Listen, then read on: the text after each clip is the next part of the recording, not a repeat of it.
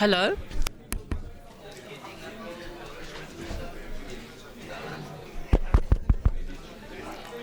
Good afternoon, everybody. We are just missing our cameraman, and then we'll be starting, so apologies for the late start.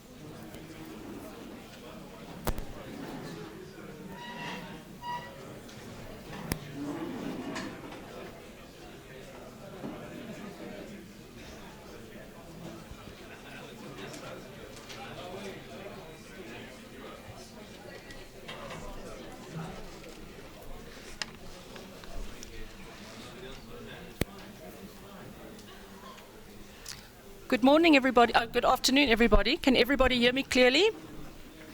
Yeah? No? No. Okay. Can the sound engineer please make this mic a little bit more sensitive? Because it's difficult to stand talking like this.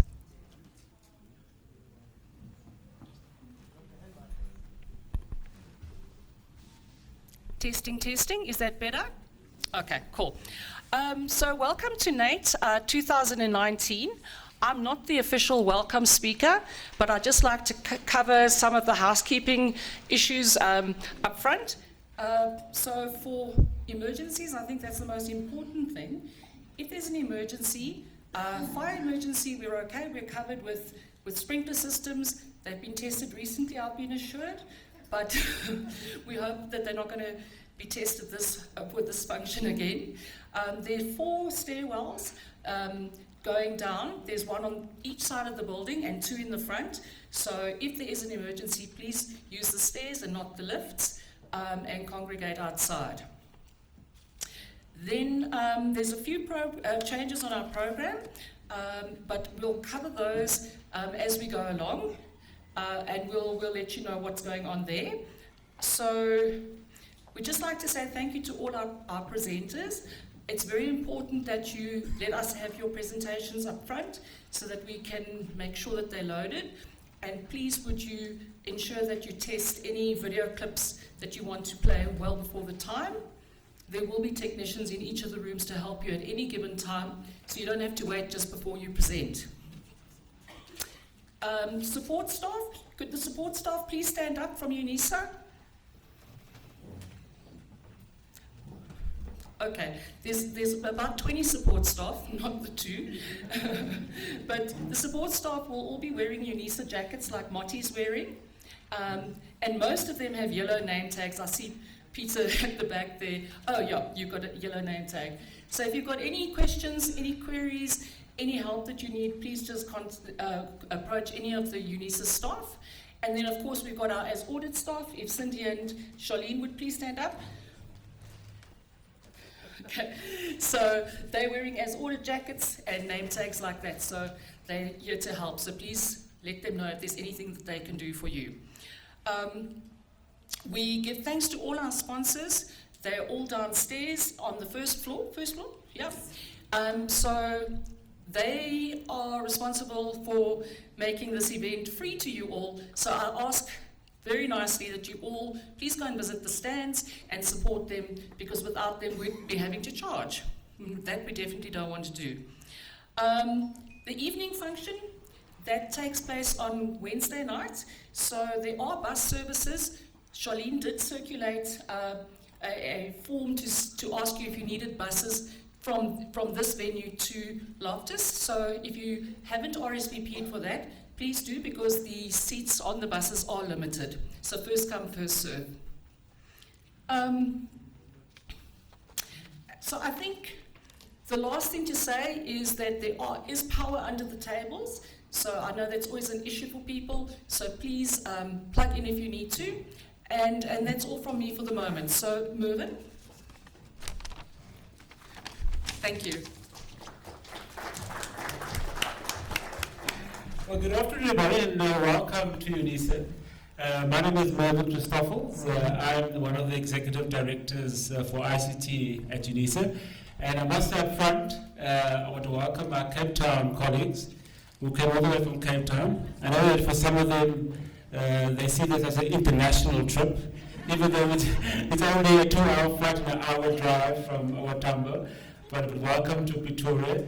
You know that I always say that my forefathers tried to come as far as Transvaal back in those days, but they made it to the Winelands. And when they got there, they said, that's it, we're in Transvaal, we're staying Putno, leaving Paul in the Winelands. So I've kind of have gone a little bit further than my forefathers. I'm from Cape Town, and I arrived there about 3 years ago, and I must say I enjoy the Pretoria. But Unisa is a fantastic place, and as you know, we might not share the same characteristics as most of you are there, but it's an honor for us to have you over the next few days. And you're actually coming to Unisa at a very interesting time, and I'm sure that you are experiencing the same challenges and the same pressures that we are. And if I look at the program that's been outlined for you over the next few days, you're really going to be engaging in some really exciting talks around tech and how best to utilize tech to make the lives of our students richer and better. But what I thought I'll just maybe quickly share with you is a little bit about Unisa, and just so you can just understand some of the things that we are doing and how we're dealing with some of the challenges that we are facing as an institution. So we have about 380,000 students. So 380,000 students is a lot of students. Well, the good thing about them is that we don't see them, right? Unlike you see your students every day, so it adds its own set of challenges, but we don't see our students, which has a plus and a minus. So the plus is that you kind of, you have this number in your head, and so when you have to look at solutions, it's about scale, and so we're always thinking about, can the solution scale up to 400,000 students? We're always thinking about availability. So we need to make sure that these services are available 24/7. We have one main campus, which is this particular one. This is called the administrative campus. This is where all the lecturers sit and they reside here. And then we have an additional 26 regional offices spread across South Africa. And those offices are used as regional centers where students can access all sorts of help and support.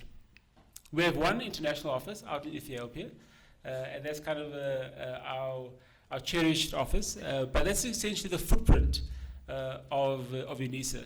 And we are what is called a comprehensive university. The first pillar is that you have an instructor, and the instructor produces the study material. Once the study material is produced, we then ship that study material out to the student via a courier service or the post office. And when the student gets the study material, the student then starts to engage with the learning material. Once that is completed, there's normally assignments, assessments, and in some cases, the study material is shipped back to Unisa. And so we receive a study material in a way that makes it more meaningful for our students. So for us as a university, we are thinking about how does that 2030 student look like? Because currently, surely, the 2019 student is very different already, even though we are printing study material, shipping study material, and then the student has to ship that study material back. And so one of the interesting things about Unisa, what we're doing, we have this view about the twin student. And so we're going to start to look at solutions in the future that's going to deal with those students. And sometimes we think that student is 10, 20 years away.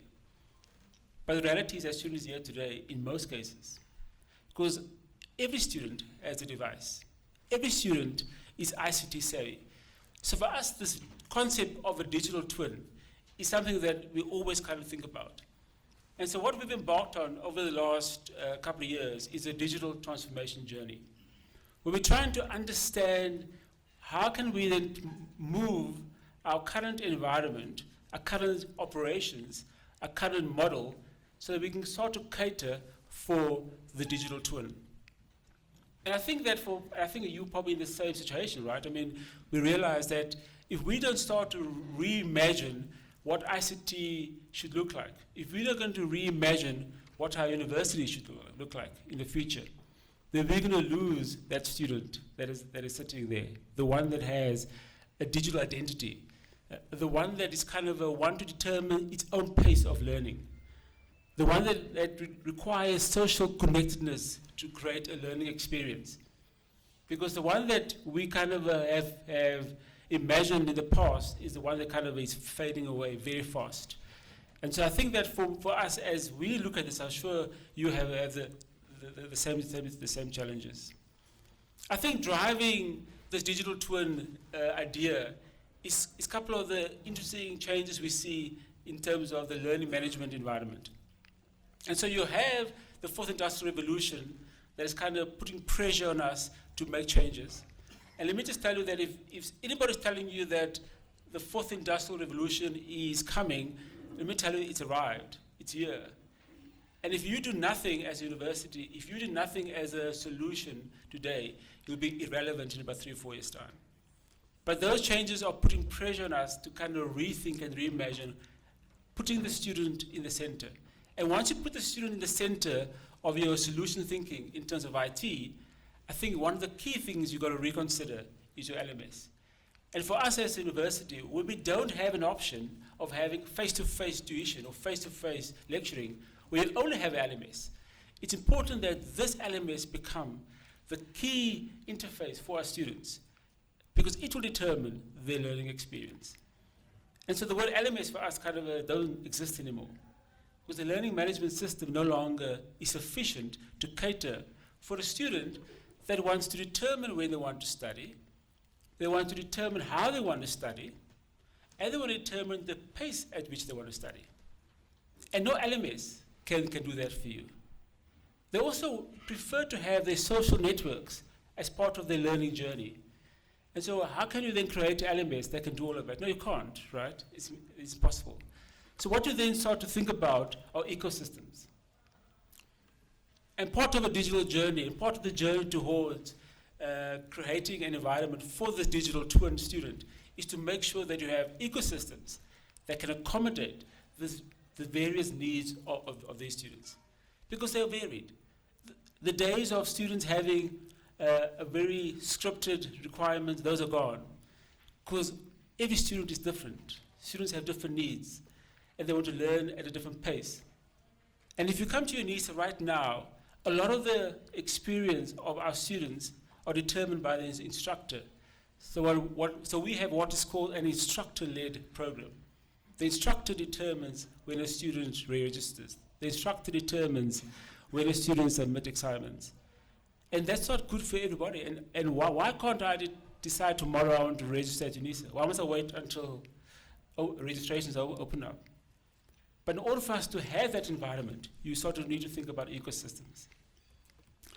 And I think that brings me to, I think, the final point that I want to make around this digital twin. Once you start to think about a digital twin, you then realize that digital twin requires a very different view about how they want to learn. And so for us as Unisa, we believe that this adaptive learning approach is where we want to move into. And adaptive learning is quite simple. It's when the student determines how he wants to study, where he wants to study, and when he wants to study. But in order to make that happen, we believe that it's a key component to all of this. And out of all the technology that you can think of, for us as Unisa, artificial intelligence is going to have to be the one that we have to use to kind of unlock the value of adaptive learning. Now think about it.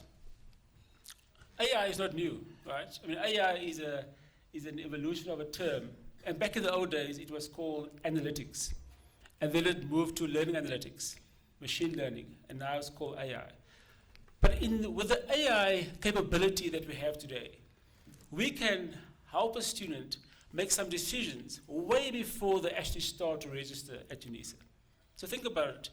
You just finished matric, and you go to unisa.co.za and you punch in your ID, and we can then tell you, based upon your selection of a program, that the other 1,000 students that came before you, this is the potential career path that you can follow. And we can then give you the options of what programs to select. Now, you can't do that in any other way. You can't do that with having spreadsheets. You can't do that with having graphs and tables. You need the power of artificial intelligence to take all that data that you've accumulated over the many years and build the algorithms to be able to look for and place you in the right position. And those are the type of ideas that we are kind of thinking about as an institution. But AI is going to have an impact on the higher education sector from where we're sitting. I think that if you are not focused on becoming an expert in what you're doing, if you are, as an IT practitioner, going to be content with being mediocre, AI is going to replace your job, unfortunately. And so my message to all of us is that as we kind of look to the future as ICT practitioners, that we will become experts in what we do, that we will not be content with mediocrity in terms of our skills, that we will make sure that we are also relevant for the digital transformation that is coming. And so finally, maybe just some, and I've spoken a little bit about the applications. I think my time's running out. No, it's fine. So just a little briefly about our digital transformation journey. We mapped out a 5-year plan. I think the first 2 years was really about building the foundations, making sure that we can stabilize our ICT environment.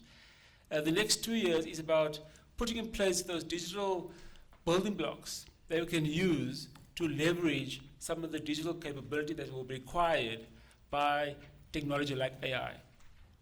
And so that really, and it crosses the whole spectrum. We're looking at digital capability in our learning management environment, digital capability in our student system, digital capability in infrastructure, etc. But those are the type of the building blocks that we need to lay so that we can leverage some of these new technologies that are available to us.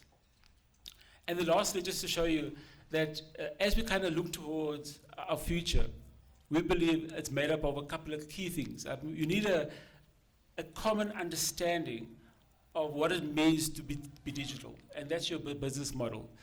We believe that digital learning is where you want to be, but for that to happen, we'll obviously have to develop the appropriate digital learning environment. A smart campus and virtual institutions, learning analytics or AI, and then finally the skills. I think this slide for me is an interesting slide. And I put this up here because what I want to show you is that as you sit here over the next 2 days and you listen to these presentations that are given, I want you to do something for me. I want you to think about your own institution. I want you to think about your own environment back home and think, where are you in terms of a digital transformation agenda? Because if you haven't got one at the moment, you need to think very fast about creating one. Because the digital transformation agenda helps position you in terms of the road that you're going to walk. Now, if you look at that slide, that's the road we're walking. We are currently sitting over there, where I spoke about, we're printing a study material, we're shipping out a study material. But that is sitting in a second generation of this technology disruption. We cannot stay there. It's impossible for Unisa, with 400,000 students, to remain at that level. When the whole world is changing, when the digital twin is upon us, we'll need to move with the times. But we need to move to the fifth generation, where we can make available to our students a digital learning environment, where students can access that learning material online without having to wait for the postman to deliver it, where they can do assignments and assessments online, where they don't need to go to a venue to write examinations, but we can provide online proctoring for them. But we need to get there, we need to jump 3 or 4 generations. That is our journey that we're on as Unisa. And that's one university out of 25. That kind of is understand that to get where we need to be, in order to remain relevant in a digital transformation environment, we need to jump 2 or 3 generations. I don't know how many generations you're going to jump, but I'm telling you, if you don't start now, your university, your students, your environment, you as an individual will become irrelevant. So for us to get there, we started a few years ago. We're not there yet. We're making some progress. But I think it is taking their time out, thinking through your environment, thinking through the skills that you have, thinking through what type of bridges do you need to build, what need to change within your environment so that you can put yourself on a track towards becoming a digital ready for the 4th industrial revolution. And then just things that we've learned thus far, well, I've learned thus far since we've started. I think I spoke a little bit about it. I think you need to have a growth mindset. It's not about what you know, it's more about what can you learn over the next years and months.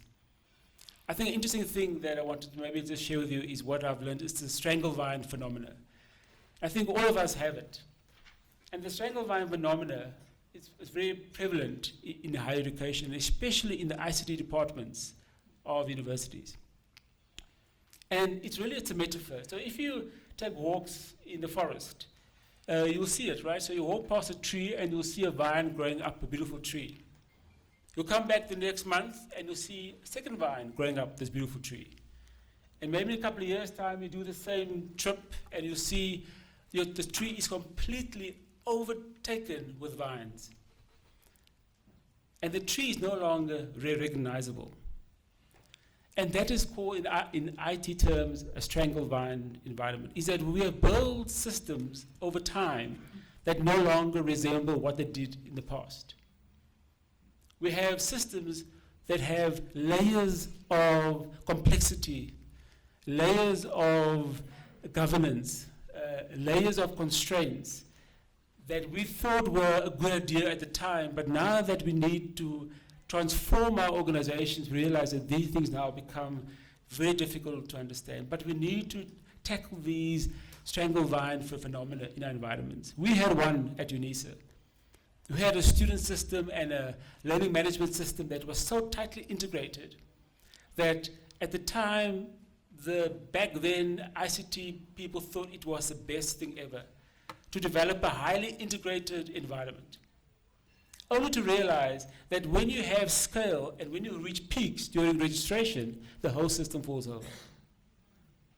The only way to deal with that, you have to untangle the environment. You have to go back to the tree. You have to get to the point where the tree is exposed so that you can deal with the issues. And I know that in all of our institutions, we have that environment. And you've got to face it. And I know that in some cases, we are afraid to face these very complex ICT problems. But you have to do it. And one of it you're going to have to figure out is how do you actually deal with the stranglevine phenomenon. And then lastly, you've got to build ecosystems. It's not about applications. It's not about tools. It's about ecosystems with capability. And I end with that. And I want to say that I hope you have a wonderful 3 days. We're coming together at an exciting time in tech. We've got 4th industrial revolution pressures upon us. We have a lot of demand by students for education, for learning. But I think that this conference allows all of us the opportunity to sit back, to pause, to think, to reflect upon our own environments back home, and how can we go back enriched, inspired, but not so that we can actually go back to say, I want to make myself better, but I want to make my institution ready for what is coming. So I wish you well, and enjoy your time at Unisa. And if you do, if you find yourself up on the hill, come and visit. We're right on top, but have a wonderful conference. Thank you very much.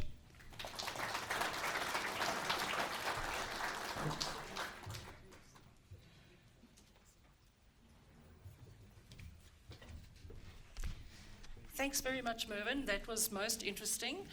To those who've joined us while Mervyn's talking, very welcome to NATE 2019. We are running a little late, so we're not going to allow for questions, and we're going to move on to our keynote speaker. So Lionel, can I invite you to come forward? Lionel will be presenting on a digital mindset, so over to him directly. Thank you.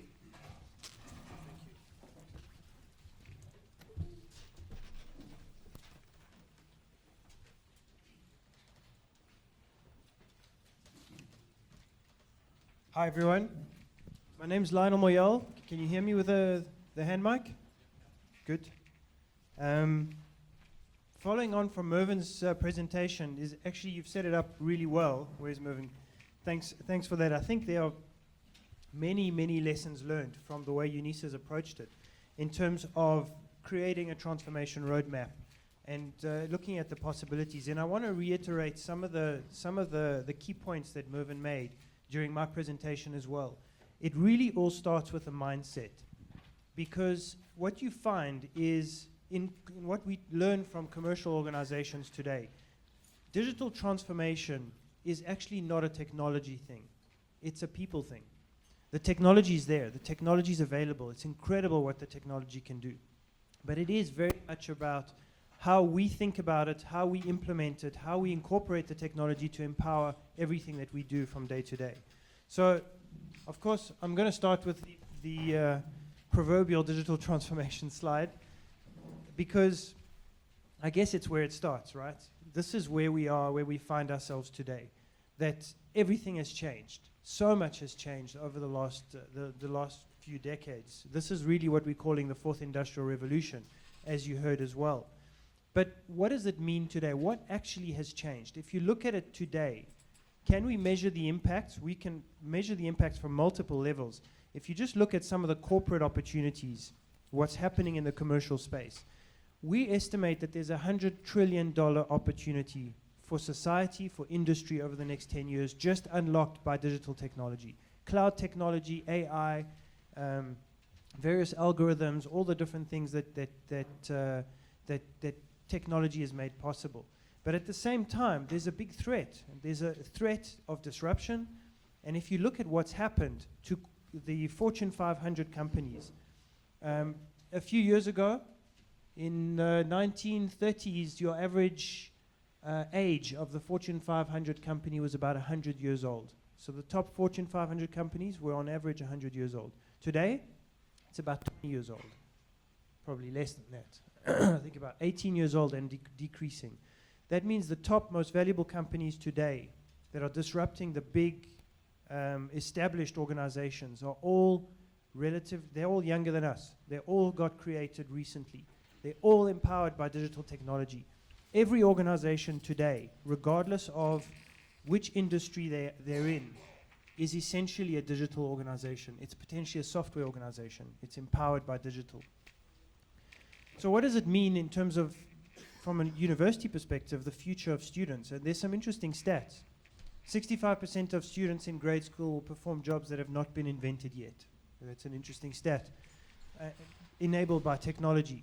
47% of current jobs are expected to be taken over by machines over the next 2 decades. In fact, the World Economic Forum did a study that said by 2022, 59% of corporate jobs today will have to be reskilled because they're not going to exist in the same shape or form. So 59% of corporate jobs in the next 3-4 years, it's very, very significant. However, it's not all negative. 6.5 million new IT jobs by 2022 will be created. We've got a study of that in South Africa as well, done by the IDC. The net increase of jobs that we expect is there will be some jobs that will be automated, but there's a net increase that's estimated at about 112,000 new IT or tech jobs created due to cloud technology only in South Africa. 33% of the world's demands for employees and technology skills is being met today. We know there's a massive skills gap. We can feel it in South Africa as well. And we see a big exodus of technical skills.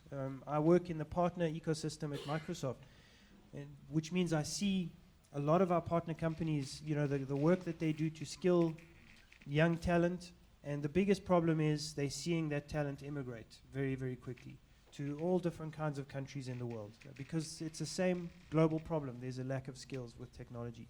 So we've got to keep training it. You can't stop. You've got to keep training. We've got to keep doing it.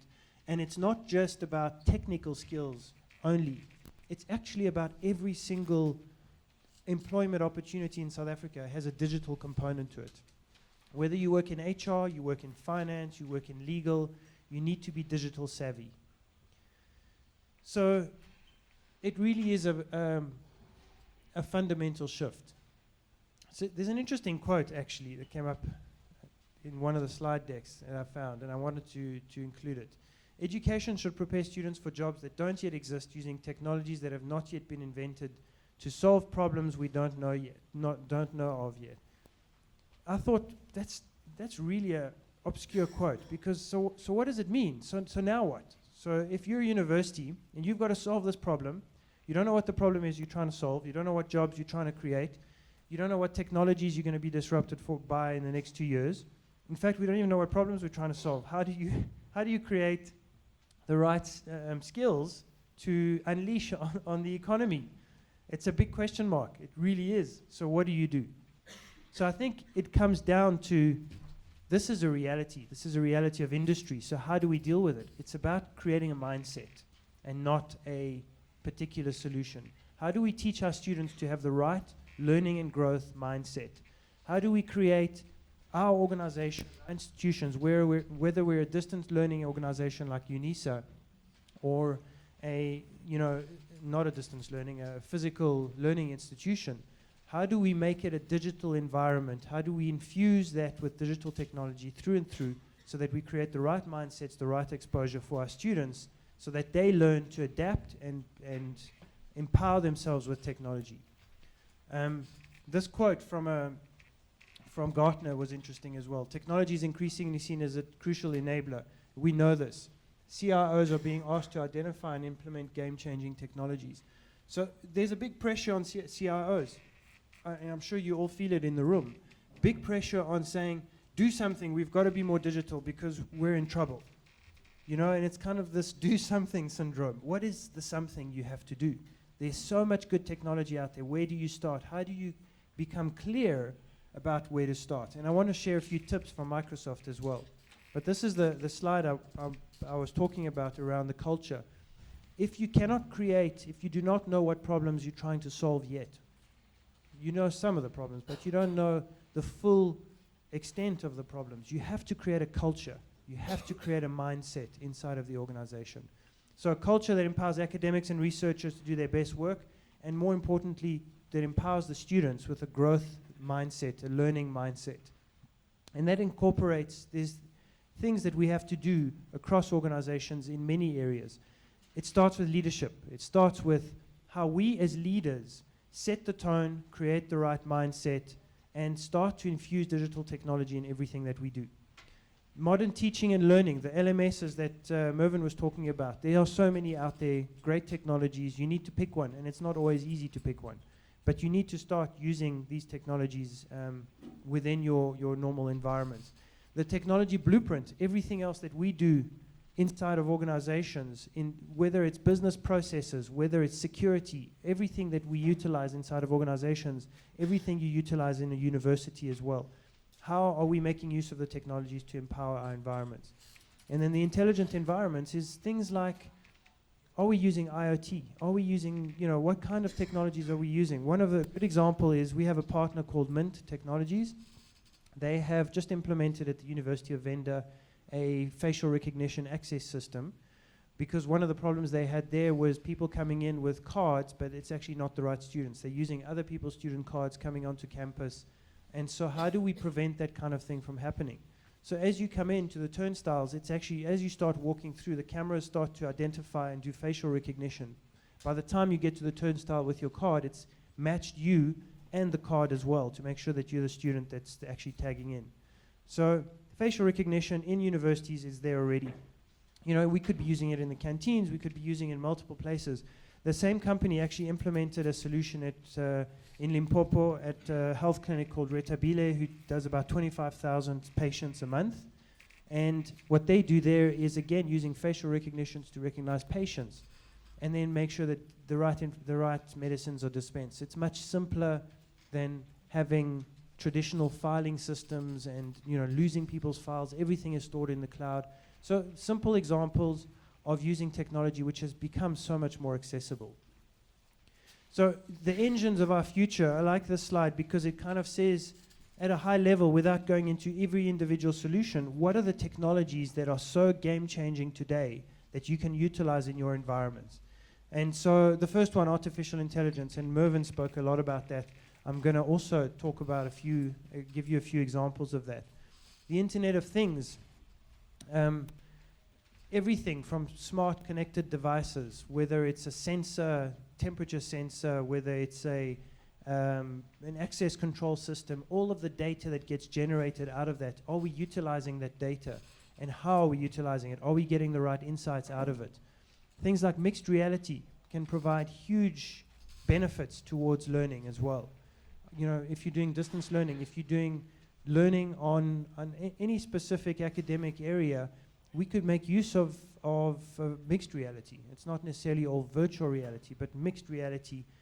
Cell phone devices where you pointed, for example, at an item and it shows you a full demonstration, or it gives you, there's so many applications that you can use around that. Blockchain becomes besides Bitcoin and all the encryption that we know that it's been used for, the commercial uses of blockchain are significant around, for example, logistics, transportation, making sure that we can guarantee the flow of items from one place to the other, that it cannot be forged, that that, for example, the cold chain within foods can be kept at all times, that as an item moves around the world, it gets logged and you can track it. So there's so many powerful uses for blockchain as well as things like authentication of art pieces, and so very interesting things.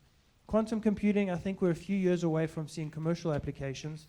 It's exciting. The fact that you can today download a quantum computing kit to start programming on a simulator and even access a quantum computer in the cloud. Yes, you will have some academics inside of organizations that find new algorithms around that. I think we're a few years away from big commercial applications, but watch this space and let's see what happens in the future. I think besides quantum computing, the other four are real and being used today. To give you an example of, in artificial intelligence, what's been achieved over the past few years. In 2016, we've achieved object recognition human parity. So that means a machine can identify objects as well as a human, and that was achieved in 2016. A great example, who's got an iPhone in the audience? Everybody uses Androids? I have an iPhone. If you use an iPhone and you want to find a picture of a dog, let's say you took a picture, I have dogs and I want to see all the pictures of my dog that I've ever taken, you can go and search and just type dog, and every picture of any dog that you've ever taken or received will appear through that. Same thing if you want to find a car. I took a picture of my car a while ago. I don't remember when it was or where it was. I've got over 1,000 pictures in my phone.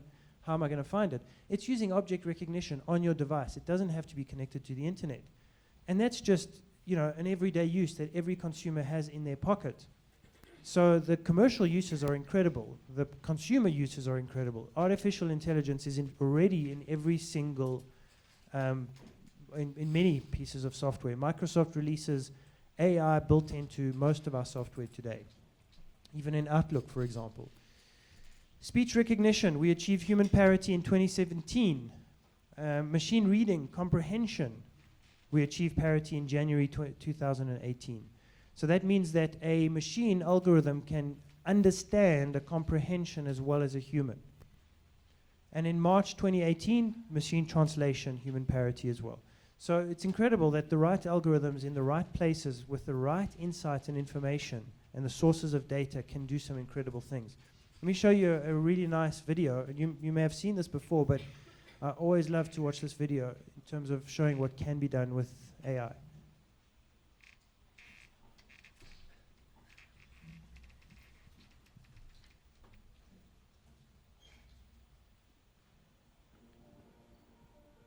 I'm exactly the same. I lost my sight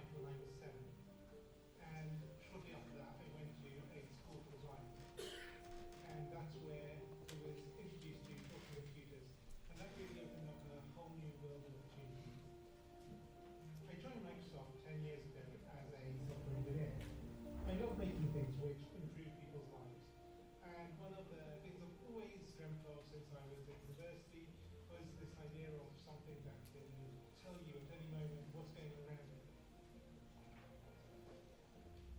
I think it's a man jumping in the air doing a trick on a skateboard.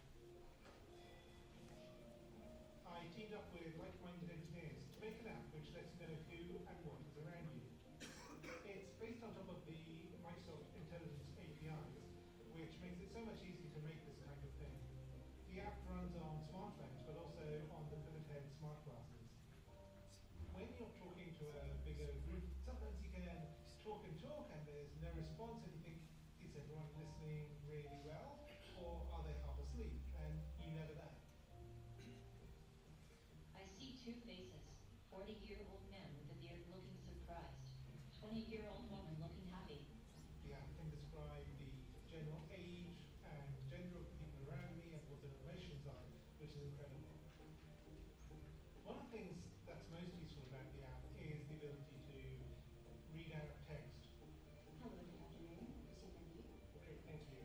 I can use the app on my phone to take a picture of the menu, and it's going to guide me on how to take that correct photo, Move camera to the bottom right and away from the document. and then it'll recognize the text. Read me the headings. I see appetizers, salads, paninis, pizzas, pastas. Years ago, this was science fiction. I never thought it would be something that you could actually do, but artificial intelligence is improving at an ever faster rate. And I'm really excited to see where we can take this. As engineers, we're always standing on the shoulders of giants, building on top of what went before. And in this case, we've taken years of research from Microsoft Research to pull this off. I think it's a young girl throwing an orange frisbee in the park. For me, it's about taking that far-off dream and building it one step at a time. I think this is just the beginning. Cool.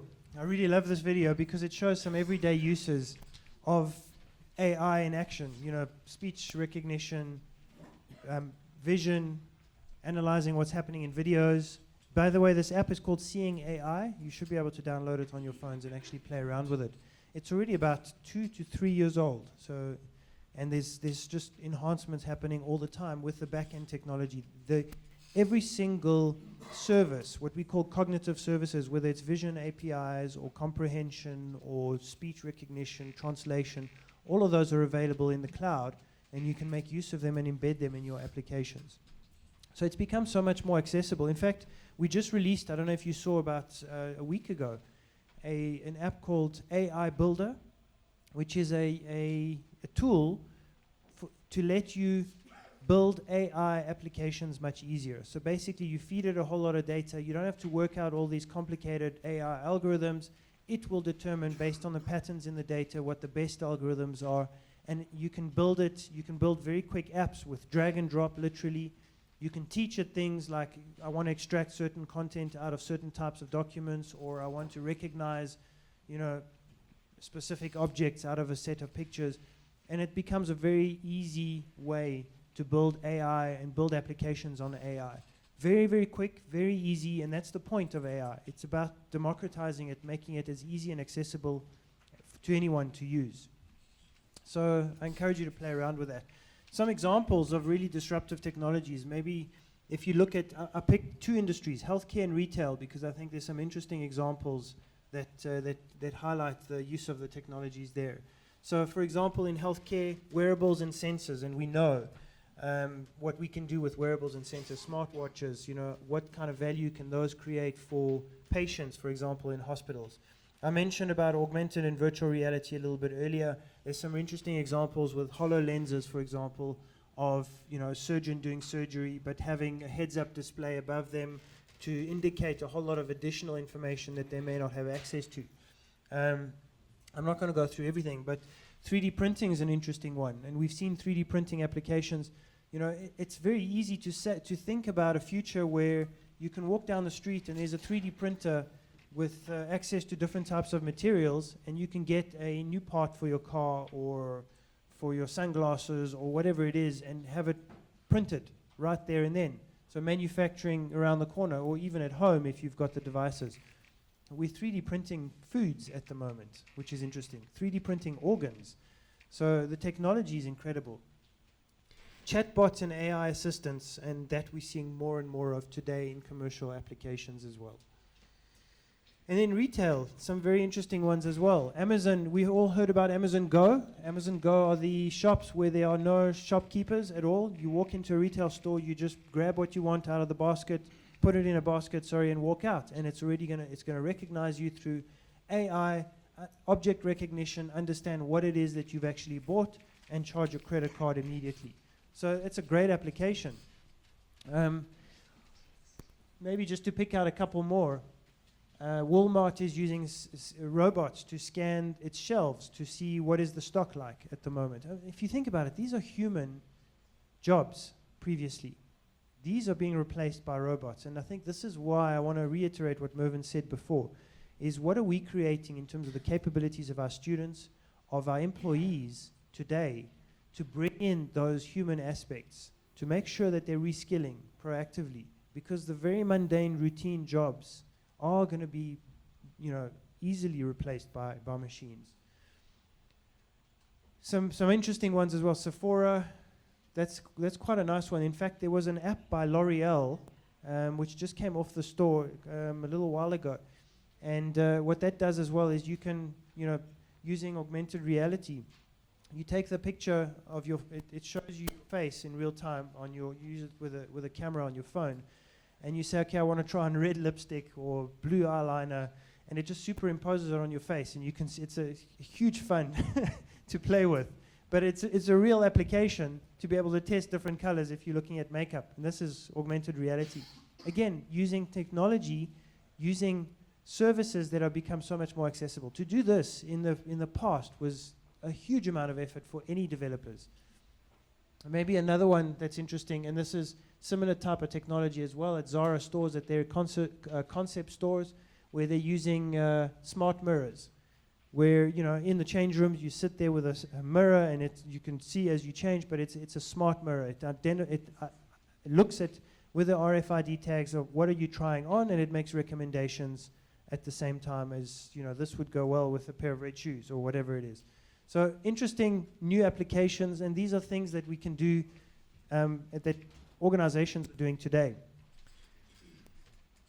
So maybe to come back to a slightly more local examples, and this is a few examples that was done in one of the I think this was a DTI report around opportunities in Africa. There's opportunities around mobile banking, agriculture, manufacturing, retail, education. And these are just some examples, but essentially these are all sectors where we have strong skills in South Africa, we have existing industries and established industries, and there are many opportunities to bring the technology together. Another interesting opportunity is that in this digital world, there are no boundaries, there are no frontiers. If you create a solution, your market is global. So it's not just local. And it's also the converse of that is that an organization in the US or an organization in any country in the world, in fact, that you can think of, in Kenya, can come up with an idea and enter your market very, very quickly and compete with you. So the competitive environment is just so much more open in this digital world. And we have to be very cognizant of that, and we have to be careful. So if you think about it, how do you approach it? What is that mindset? What is the thinking you need to do to simplify? What are we going to do in terms of the digital transformation journey? There's three key things, the way you can look at it. And I like this slide because it kind of breaks it down into three aspects. The one is the digital opportunity, which is what can we do with digital? If you're an organization, like a university as well, you've got to drive growth, you've got to keep growing, you've got to reduce your operational cost, you've got to be able to differentiate yourselves. You've got to transform your customer experience and your service delivery to your students. That applies to a commercial organization as well. That is the digital opportunity. It's about what are you going to do with this technology? How are you going to infuse the technology into your everyday business processes and interactions to improve to take advantage of this digital opportunity? That is the why. That is why we're doing all of this, to create and leverage this opportunity. The transformation is really the what. What are we going to do? How are we going to do it? In which order are we going to do it? What's our transformation plan? And in a commercial sense, We talk about 4 key areas. Modern workplace, in other words, are we working better? Are we empowering our employees, maybe our students, to collaborate better? Productivity is measured not as an individual anymore, but it's measured as how you work together as a team. Are you collaborating more? Are you learning from each other? And that's even more important if you look at a distance learning organization. How do you make sure that there's enough communities, enough collaboration so people learn from each other? The various business applications we use that make us and help us to reduce costs and optimize the operations. The applications, the infrastructure, are we using cloud? Are we using AI? Have we simplified our environments? And are we using the insights? Are we becoming more data-driven? So that's the transformation and you know, creating a roadmap of how we can address or which order we're going to address the various systems in our organizations to leverage it. That becomes very important. And then the third piece, fundamentally important and often forgotten, is the digital responsibility. As organizations, we are the custodians of private information for our students, our suppliers, our contractors, our lecturers, our customers, whoever they may be. Are we making sure that we have the right governance, compliance, the right security around cybersecurity, the right privacy? Privacy becomes not the responsibility of a chief privacy officer, but it's actually it becomes a mindset, a culture of privacy. Are we not, you know, are we being cognizant of how we share information? Are we compliant with the new popular legislation that's going to come up, which is based on GDPR in the UK? That is critical as well. So as we move into this digital transformation, we need to make sure that from the ground up, we're doing this responsibly. And then, of course, things like ethical AI. Are we using AI in the right ways? Are we building the right mindsets and the right ethics into the various projects that we do and into the culture that what we want to teach our students as well? So I want to share maybe this is a really interesting slide for me. It's the leadership principles at Microsoft. So we do this and we use this internally. How do we make sure that we infuse the right mindset inside of Microsoft and make sure that we lead with impact? And there's 3 leadership principles that we hold ourselves by. Create clarity is the first one. Are we able to create clarity to make these complex environments as simple as possible, to make sure we have a shared understanding and define a course of action? And this create clarity is the most important. In this digital world, if you look at all these transformation slides we've seen as well, there's so much we could do. But are we clear about what are we going to do? Are we simplifying it in such a way that everybody understands it and we can get the right momentum behind it, we can get the right followership as well? So that first step of creating clarity is probably the most key of the leadership principles.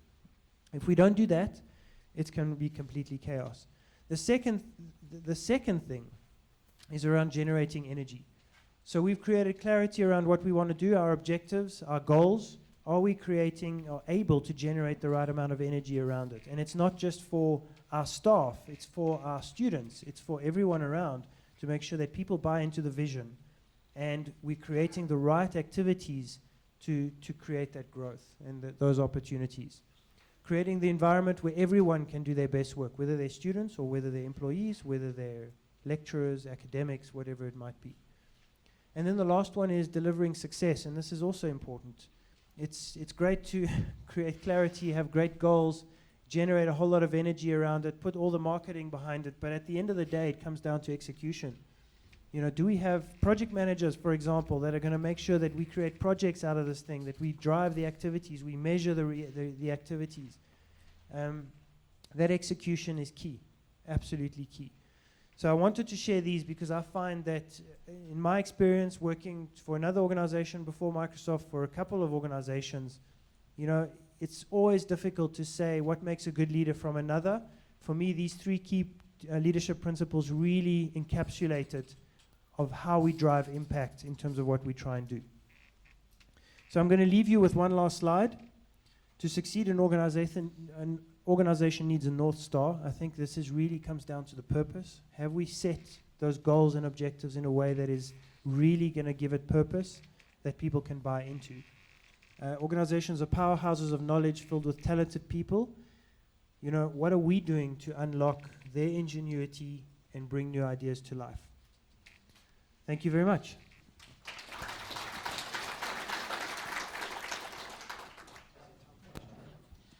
Are there any questions?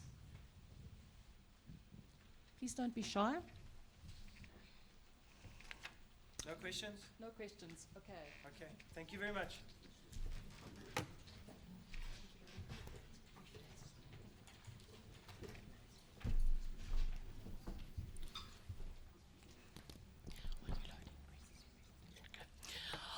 All right.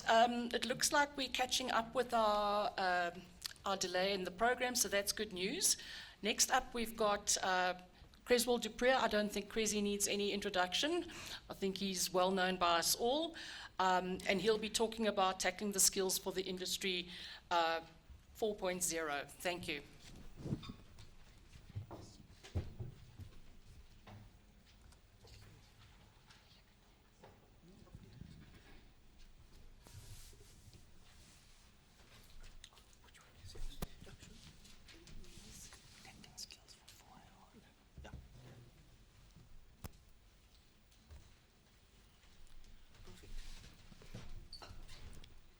Well, good afternoon, everyone. Can you all hear me? Okay, I was sitting there and I thought, okay, Mervyn, you touched on skills. Okay, so there was a bit of a setup. And then I got really nervous and I saw some of my slides just flying off the deck.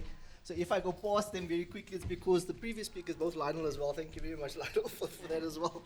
I thought I'd sketch a bit of a background to the fourth industrial revolution. Everybody, whenever this comes up, people go, there's that thing again, there's that word again. And from being in ICT for quite a long time, there's always emerging technologies, right?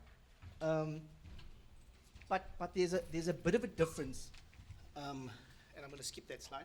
There's a bit of a difference, and it is the pace at which these emerging technologies are now flying up, number one, and number two, their impact. So all of a sudden, you find that the pace is escalating. Right? And the impact is broader. Something gets released today, then before you know it, there's millions of consumers using it. So I thought I wanted to sketch that background, but I think the previous speakers did a good job of that. This part in the slide is a little bit small, but these are the technologies that South African companies are looking to adopt by 2022. Okay, so if you look at user and entity big data analytics, machine learning, app and web-enabled markets, and you can read that. My biggest question is in higher education is how many of those technologies are featuring in our value proposition as IT individuals servicing higher education? I want to give them a prize.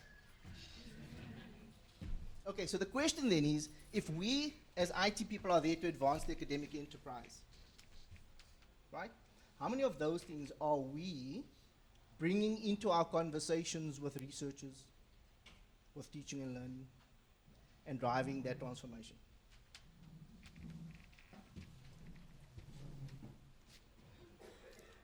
So they're saying that the human-machine interface is typically going to be the biggest disruptor. And if you look at elements such as deep learning, feeding into machine learning, the biggest challenge there, or the biggest disruptor, is actually the materials as well. It's making those being developed faster and being used quicker as well. So your turnaround cycles for technology is improving. And there's two materials that's actually going to play a big part as well. And that is graphene, which is carbon-based, and borphine. And those are materials that's going to assist in shrinking stuff even further than what they are now. So the escalation, this impact, this changing is going to start increasing as we go along. But this is the slide I want to just pause on slightly quickly. So when we look at the human-machine interaction, this typically starts talking about, okay, so what are humans going to be doing going forward? Because I just want to start bringing the skills thing into this conversation. What are humans going to be doing, and what type of things will start to be done by machines? And if you look at that, administering, 44% of that will start being done by machines going forward. Information and data processing, 62%.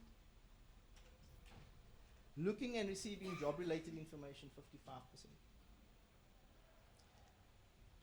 So, if you're focusing on those sort of skills, or if you're in that space, it then means that we have to rethink and reskill very quickly.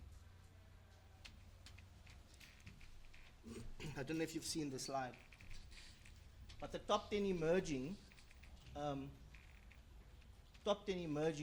job roles: data analytics and scientists, AI and machine learning specialists.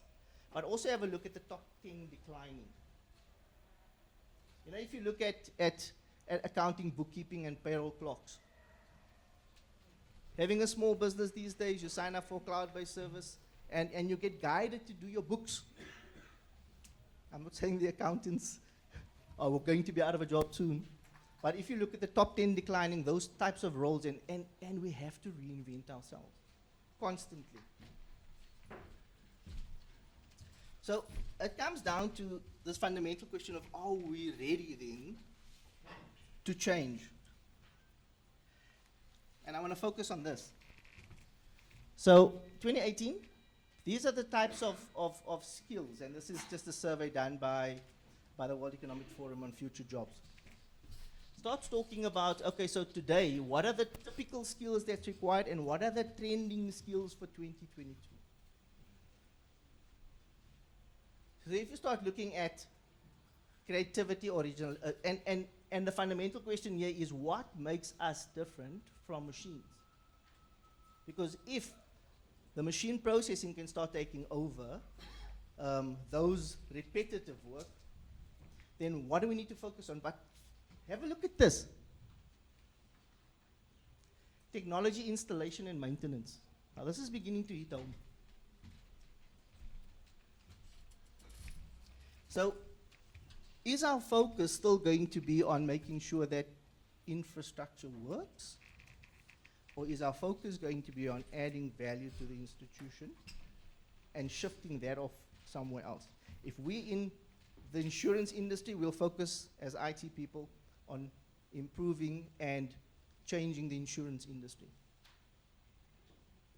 From a higher ed perspective, where should our focus be?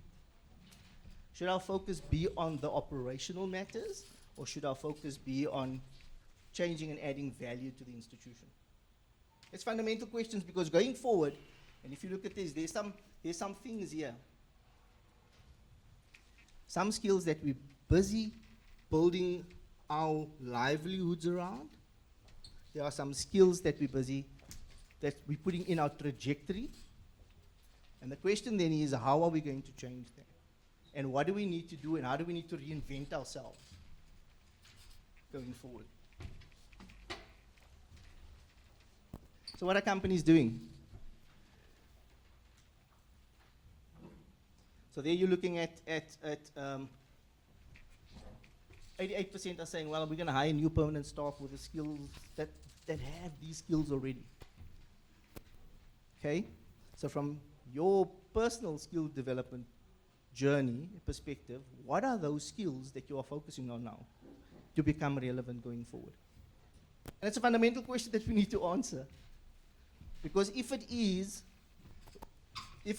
to continue on the normal sort of trajectory that we are on, it means that somewhere along the line we're going to run into trouble. Then we have the generations all demanding different things. So if you look at technology and the adoption of technology, I don't know if you've seen this, the different generations, and whenever you look at that slide, you sort of immediately classify yourself and say, okay, well, this is who I am. Okay, I am a Generation X, by the way. Just putting it out there. But you have these two, your Generation Alpha and your Generation Zs. Your Generation Zs are the typical students entering the university space now. And traditional thinking is no longer there. They can figure stuff out themselves. From an IT perspective, if they need IT support, 10 to 1 they would have Googled a little, tried to help themselves, and don't have time for long-winded processes that Generation X's have become used to. Saying, well, do this, then you do that, then you do that. No. I need an answer and I need it now. Okay? And then you have these Generation Alphas, the guys under 7, they just pick up. Give them an iPad, leave them alone for a while. And they just know how to use these things. And we've got to grapple with that because it means that for us to engage them, we need to understand them. An example that I want to chat about very quickly is SASA. The SASA cards. Okay? From a technology perspective, good idea? Good idea, right? From a technology perspective. From a digital citizen perspective, in South Africa, was it a good idea? Not at all, right? Not at all, because we had people who never drew money from an ATM before, and all of a sudden being thrown into this. So there's a skills component that needs to accompany technology. There's a skills component that needs to accompany this change that Industry 4.0 is bringing. And then how do we deal with the students? And Mervyn was talking about that a little bit earlier. Wherever they are in that generation, but whatever generation they are, they'll have different requirements that we're not used to. Maybe I'm speaking for myself.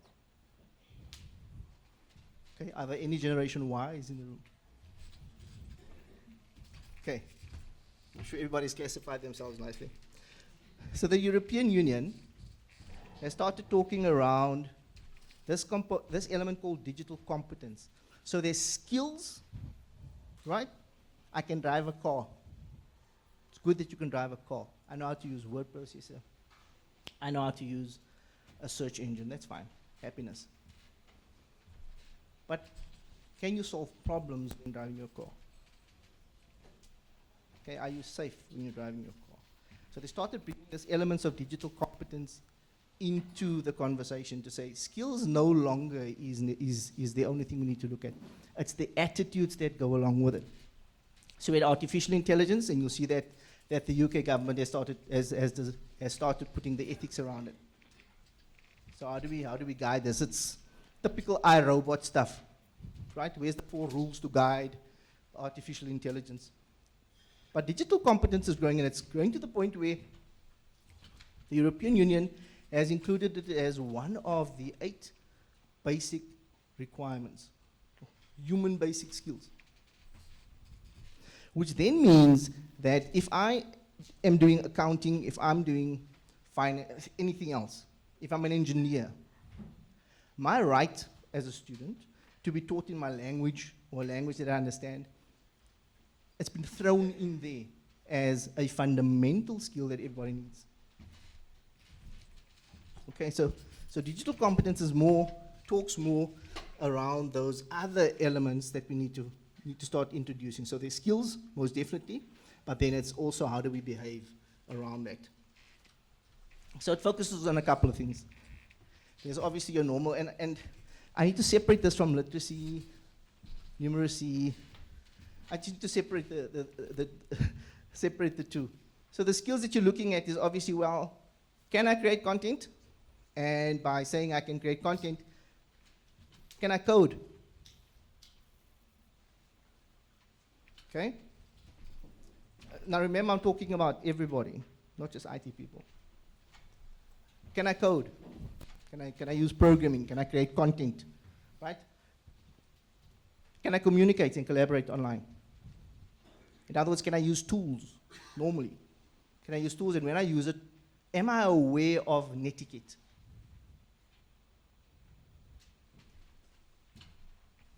Information and data literacy. Do I believe everything that I see on the internet? Or do I know how to find reasonable sources? I'm not asking can you search for stuff. I'm asking when you find your results, Can you distinguish between the two? Can you distinguish between the stuff that is more valid, right? Than just believing the first result that Google sends you. Then these two are fundamental, okay? And those two are usually where IT people feel like, our toes are being tramped on, right? Problem solving. Because yes, you can teach a guy anything, but if you haven't been in IT for a long time, you won't know how to solve problems. Problem solving, and then safety online. And I mean, you know the big drives these days. Big drives towards cybersecurity, making sure that we're safe online. But from this basic perspective, it is asking the question, can I manage my multiple identities? Yes, I created a Twitter account. Yes, I created a Facebook one. I created one the other day very quickly because there was a sale on Take-A-Lot or something, right? Very quickly, I'll fix it later, but this thing is going to expire in the next couple of minutes. So, and how do I manage those sorts of things? So these are the fundamental type of things that we need to ask our students and our staff entering the system. And normal citizens. Are they digitally competent? Okay, so I'm going to expand on this just a little bit.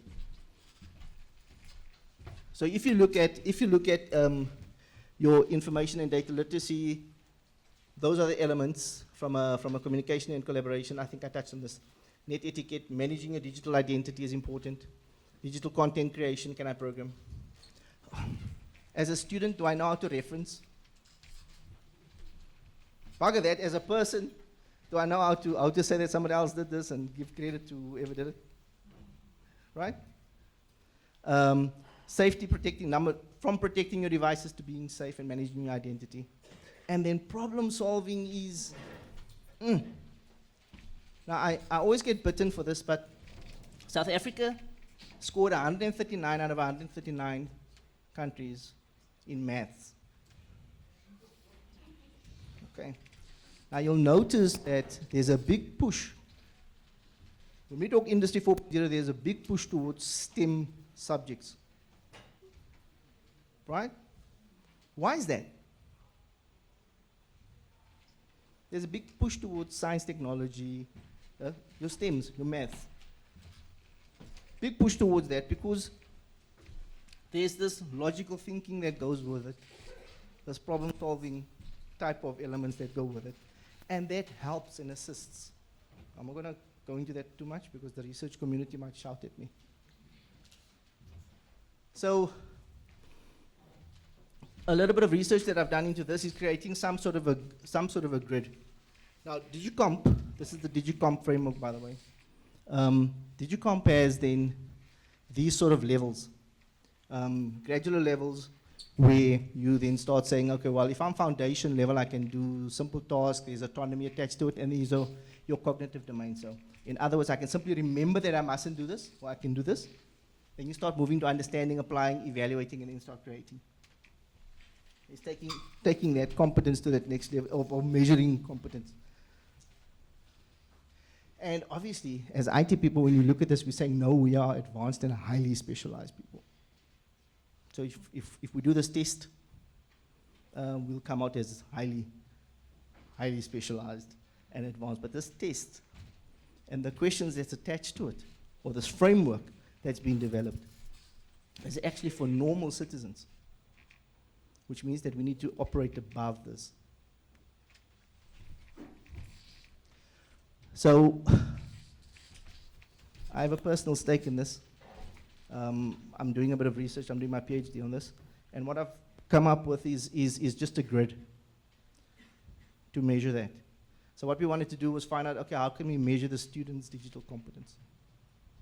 Okay, students are entering, we don't have a measuring mechanism in South Africa to say, okay, well, how ready are people entering the system? And how can we just come up with a bit of a mechanism, a mechanism to actually test that competence?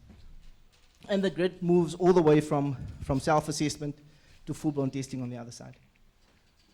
but I won't dwell too much on that. An example of an instrument or of a survey, a self-assessment survey. Pretty much specify whether I'm looking for, well, when I do searching, I use advanced search features to find the most appropriate information. Can I, can't I? Can I do it on my own? Do I need help? Do I teach others? Right? And that then sets the whether from a mechanism perspective, whether you end up being at foundation level, intermediate, advanced, or expert level. It's quite interesting. When I did this and the IT people looked at it, they said, oh, but we thought this is only for IT people. It's not. The world has changed that a normal person using the internet should be able to score towards the intermediate and even expert. Okay, not IT people. So our challenge then is, number one, how do we remain relevant as IT people? How do we remain relevant? And number two is, how do we ensure that our customers, our education, our students, and our academic staff,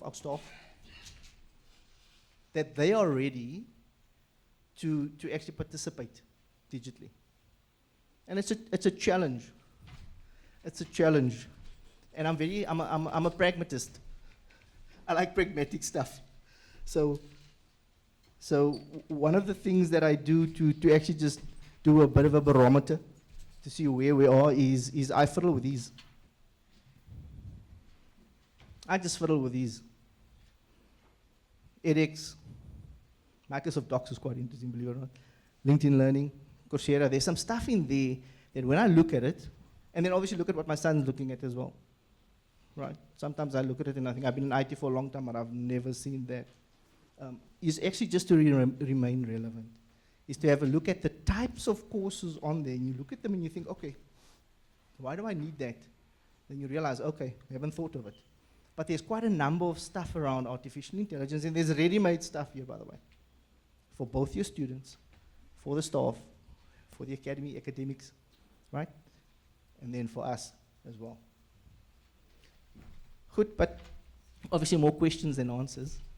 But that's me.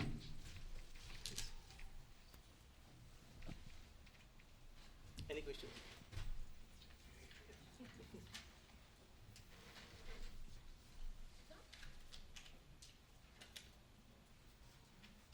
Okay, thank you very much. That's the graveyard shift. Thank you very much, everyone.